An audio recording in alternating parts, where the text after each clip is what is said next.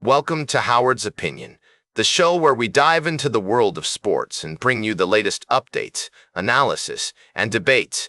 I'm your host, Howard, and I'm excited to share today's stories with you. We've got a lot to cover, from the NFL to tennis, and even some surprising news from the world of football. But first, let's talk about the ATP Finals, which are currently underway in Turin, Italy. The top male tennis players in the world have gathered to compete for the coveted title, and it's shaping up to be an exciting tournament. Taylor Fritz and Ben Shelton are representing the United States, while Alexander Zverev is looking strong from Germany. However, all eyes are on Jannik Sinner and Carlos Alcaraz, who are co-favorites to win the tournament. These two tennis stars have been dominating the courts this year, with Sinner taking home the Australian Open and Wimbledon trophies, and Alcaraz winning the French Open and US Open. The players are divided into two groups of four, playing one match against each of the other members of their group. The top two players from each group will advance to the semi-finals, with the winners facing off in next week's final. It's going to be a thrilling conclusion to the tournament, and we'll be keeping a close eye on the action. In other news, the NFL is heating up, with several teams vying for playoff spots. We'll be discussing the latest developments and matchups later in the show. And we've got some interesting updates from the world of football, including a surprise withdrawal from the ATP Finals by Novak Djokovic due to injury. We'll also be talking about DirecTV and Fubo, two popular streaming services that offer live coverage of sports events, including the ATP Finals. With their free trials and affordable subscription plans, you can catch all the action from the comfort of your own home. And if you're looking for ways to watch the ATP Finals from outside the US, we've got you covered. We'll be discussing VPN options such as NordVPN that allow you to access live feeds from around the world. We'll be right back with more fascinating sports news on Howard's Opinion. Speaking of unique stories in the world of sports, welcome back to Howard's Opinion, folks. We've got a fascinating tale to share with you now, straight from the realm of minor league baseball. You might have heard that the Single-A Salem Red Sox are changing their name, and let me tell you, it's quite a transformation. They're now going to be known as, yes, you heard that right, the Ridgeyacks. Now, I know what you're thinking. What inspired this unusual name? Well, according to Alan Lawrence, the team's general manager, it all started with the beautiful Blue Ridge Mountains that loom beyond their ballpark in Virginia. The Ridge, part of the name, is a nod to those mountains. While yak has a dual meaning, it references both the domesticated bovine species native to the Himalayas and the popular term for a home run in baseball. And if you think that's not enough, yak is also short for kayak, which just so happens to be a popular activity around Salem. Now, I must say, I'm intrigued by this creative approach to team branding. The Ridgeyacks logo and uniforms are certainly eye-catching, with details like the yak's head resembling a mountain landscape and blue etchings that evoke the Appalachian trailblazes. And let's not forget their new mascot, Mac the Yak, named after McAfee Knob, a famous spot on the Appalachian Trail.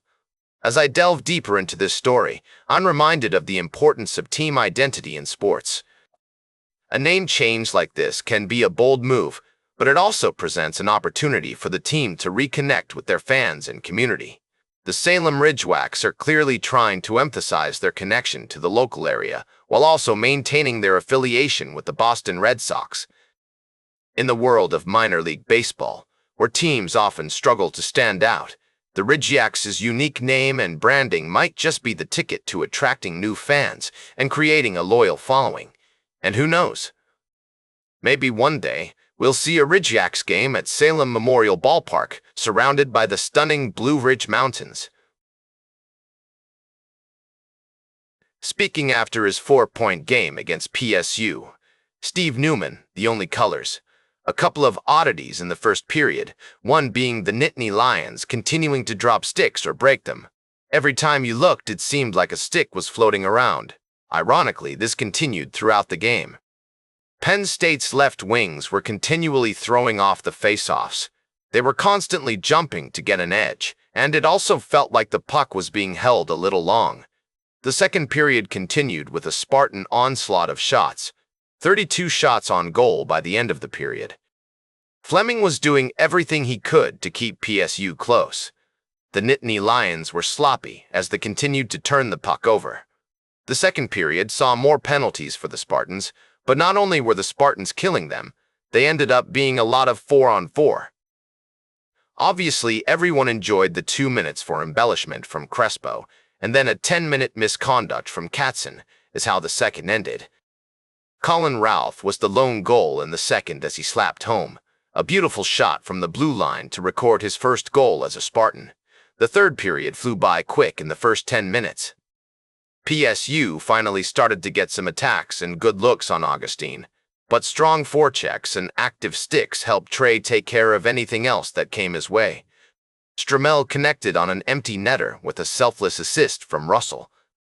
Just prior to PSU pulling Fleming and giving up the empty netter is where we saw a whole bunch of physical play. The game was already filled with big hits and a fair amount of penalties, but after Nilsson was getting roughed, Riker Lee came in to back up his teammate and landed some haymakers on Crespo. Nightingale mentioned in the presser that MSU needs to get better with the sticks and limit the hookings, interference, and tripping calls, but he also said that when it comes to roughing or defending our teammates, we'll kill those penalties. This is where I feel like this team is different from last year already and has what they were missing. The team moxie and willingness to be more physical is going to pay dividends this season. Romani connected on a power play goal at 16,005-6, and the overrated chance began from the Munsters. The Munsters getting rowdy against PSU. Steve Neumann, the only colors. This was one very complete game played by MSU. In somewhat of a "screw you, Gavin McKenna, you made the wrong choice" kind of statement. However, after the BU sweep and now the PSU sweep, MSU is going to be a very big target for everyone they face, starting with ND next weekend in South Bend. One big takeaway from this weekend was the very impressive penalty kills. MSU held PSU, who excels on the power play, to 0-9. That is very impressive. Of course, playing short-handed is not ideal, but if you can kill penalties like that, it is no wonder Nightingale isn't worried about playing a bit more physical. Trey Augustine speaks after his shutout against D3 Penn State, Steve Neumann. The only colors Augustine was quite dialed in and has already recorded his third shutout of the year. He stopped 36 shots. It didn't feel like PSU had that many shots, which is how smooth he was in net. With 4 points from Stremel, 2 from Martone, 3 assists from Russell, and a shutout from Augustine, the Spartans showed there are many ways they can win. As Nightingale said when asked for one word to describe this team, humble, it is the exact word that will keep this team focused on the ultimate goal after a very successful start to the season. See more, Michigan State Spartans. Hockey most popular basketball thread, MSU versus this. Arkansas instant recap. Michigan State holds on for 69-66. Win over Arkansas. Michigan State reacts. Survey. Results. Hockey games thread. Michigan State versus Y. Penn State bye week. Open thread.